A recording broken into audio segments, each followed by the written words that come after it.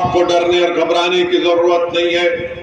मैं तो बीजेपी की हुकूमत से और बीजेपी से कहना चाह रहा हूं कि आपने यहां पर इस विधानसभा में एटीएस सेंटर बनाने का काम कर रहे हैं, मगर आप ये बताओ, मैं इस प्रदेश के मुख्यमंत्री से पूछना चाह रहा हूं, उन दहशतगर्दों का क्या करेंगे जिन्होंने हमारी गाड़ी पर गोलियां चलाई थी?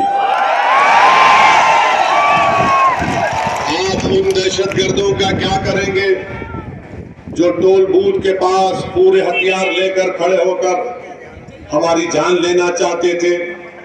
क्या वो दहशतगर्दी नहीं है? बड़ी बड़ी बातें उत्तर प्रदेश के मुख्यमंत्री करते हैं कि काम भी और लगाम भी।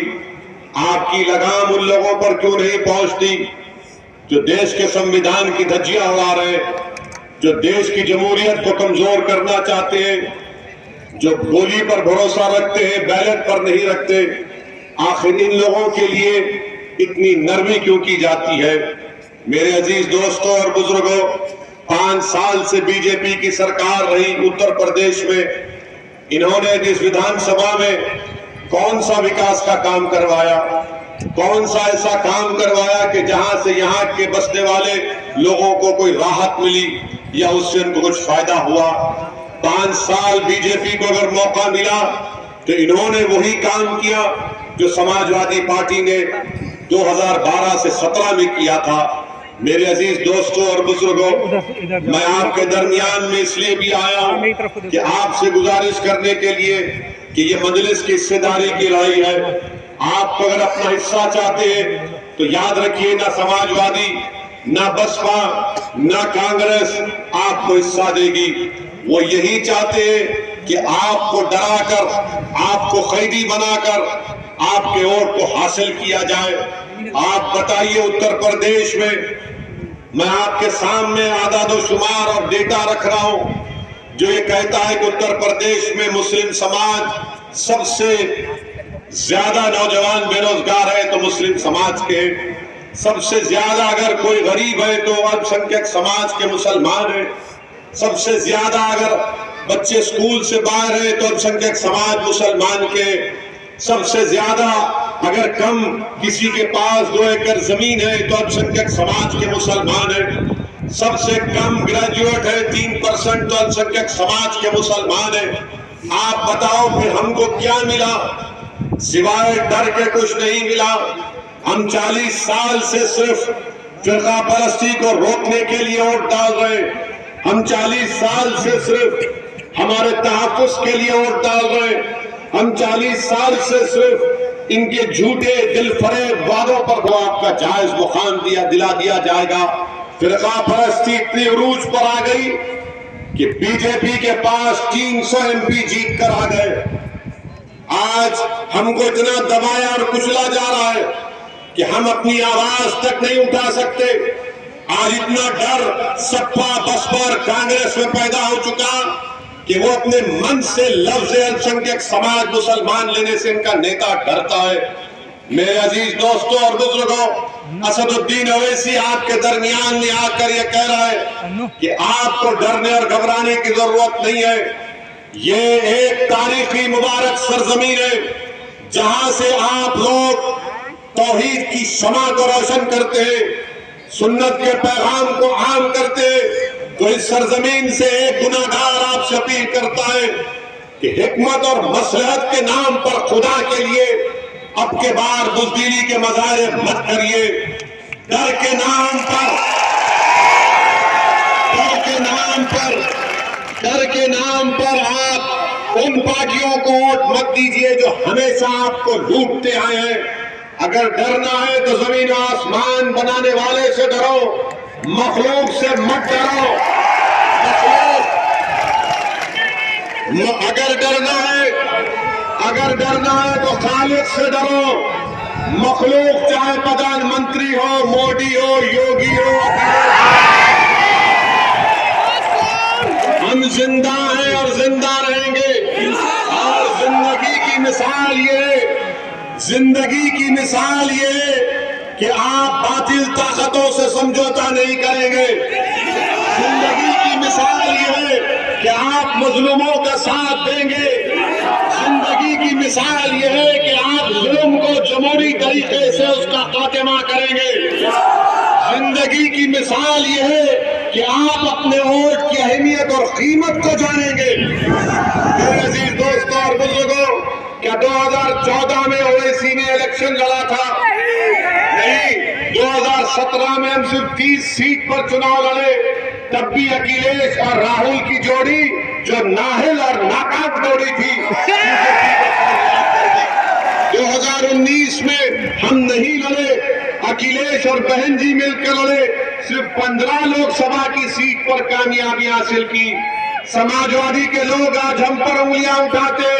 बताओ समाजवादी के लोगों, तुम्हारे पास 5 MP जीते, जिसमें से 3 अल्पसंख्यक समाज के मुसलमान और एक पिताजी और एक बेटा। आप बताइए कौन जिम्मेदार है इसका? और मैं आपको बता रहा हूं, आज समाजवादी पार्टी के लोग असदुद्दीन ओवैसी पर इल्जाम लगाते। लगाओ, जितना इल्जाम लगाना है लगाओ। मैं तुमको बता रहा हूं कि तुम्हारे इल्जाम लगाने से मैं पीछे हटने वाला नहीं हूं इंशाअल्लाह। बल्कि मैं तो इनसे कह रहा हूं और उन जालिमों से कह रहा हूं जो ये समझ रहे हैं कि गोलियों की बौछार करने से ओवैसी डर जाएगा या जबान खामोश हो जाएगा। नहीं होगी इंशाअल्लाह ताला, नहीं होगी। ना इनके इल्जामात मेरे हौसले और अज़म में कमी पैदा कर सकेंगे, ना किसी जालिम की गोलियां मेरे दिल में सिवाय अल्लाह के किसी और का डर पैदा कर सकेंगे।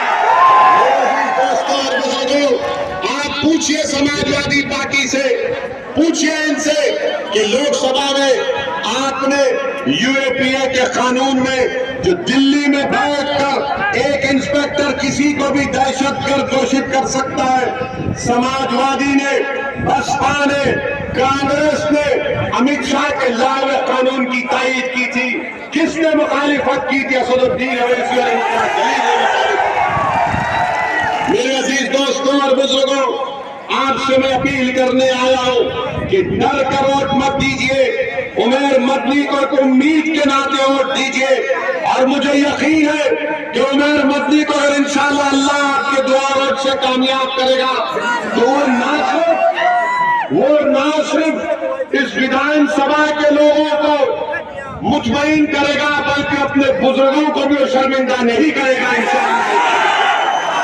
मेरे अजीज दोस्तों और बुजुर्गों, बहुत सी बातें हैं, मैं सिर्फ चंद बात आपके सामने करके यहां से रुखसत हो जाऊंगा।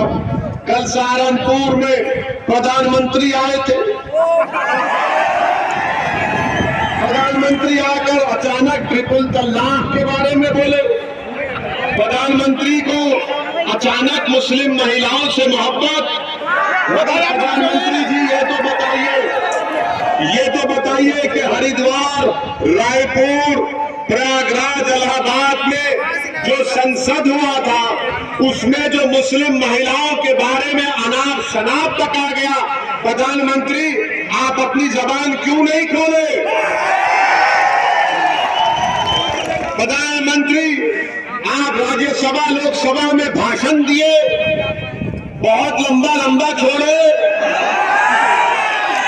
मगर आपकी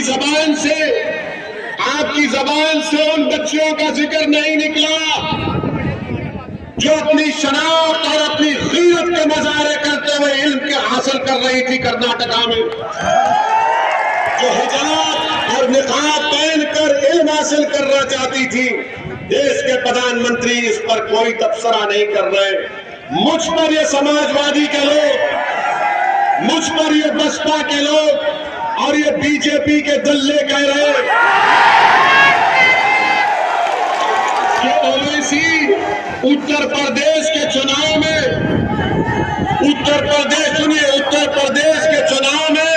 ओवैसी ने हिजाब को ला लिया। अरे मैं हिजाब को हटाने आया हूं। किसका हिजाब? जो सत्ता ने हमारी आंखों पर डाल के रखा। ये बीजेपी डर का निकाब डाल चुकी है। मैं उस डर के निकाब को हटाना चाहता हूं, मगर जो हिजाब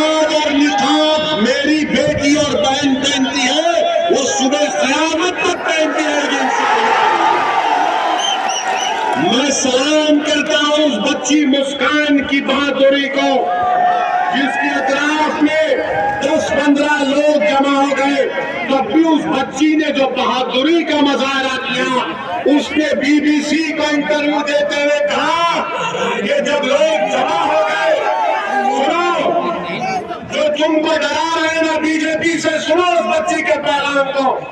उस बच्ची ने हमको पैगाम दिया, उस मासूम बच्ची ने हमको जिंदगी का मकसद बता दिया। उस बच्ची ने कहा कि जब 20 नौजवान मुझे घेर लिए तो मेरा दिल डरना शुरू किया, तो जब मैं डरती हूं मैं अल्लाह अकबर। अब तुम क्या करोगे? आप क्या करोगे?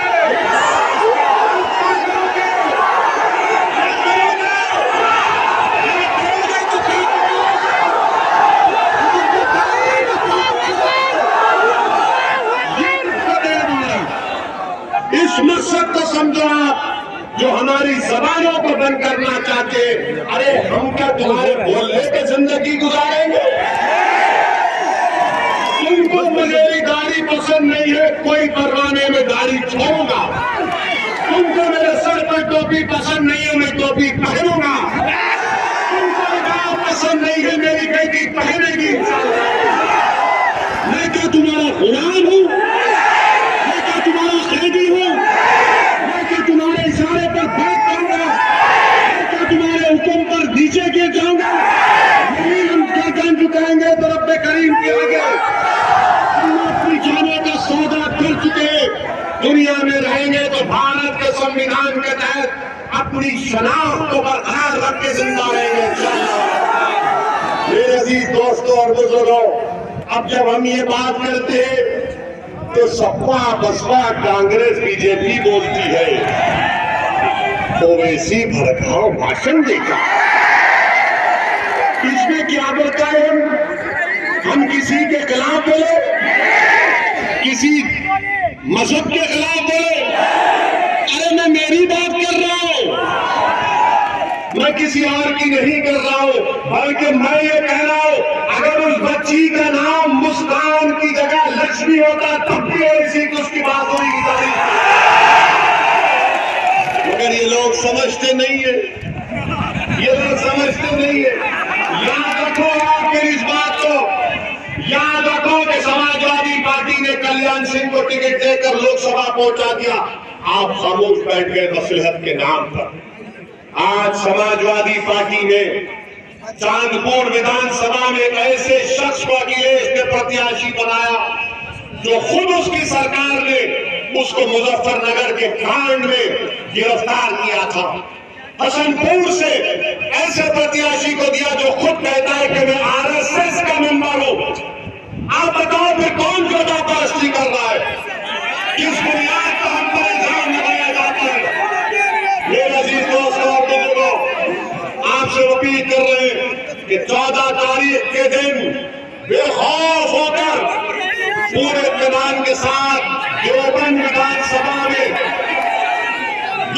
की विधानसभा में मजलिस के उम्मीदवार उमर मदनी साहब को पतन के निशान पर बटन दबाकर आप अपने इत्तेहाद को कामयाब करिए, हिस्सेदारी की लड़ाई में हिस्सा अदा करिए और 14 तारीख के दिन पूरी विधानसभा के आसमानों पर काली पतंग नजर अपने इत्तेहाद के जरिए अपनी आवाज को, अपनी पहचान को उत्तर प्रदेश के विधानसभा में भिजाइए। मैं आपका शुक्रिया अदा करता हूं। मुझे एक और 2 मुकामात पर जाना है इंशाअल्लाह ताला। मैंने हजरत से वादा किया है कि चुनाव के बाद फिर आऊंगा और दिल भर कर आपसे बात करूंगा इंशाअल्लाह ताला। अस्सलाम वालेकुम।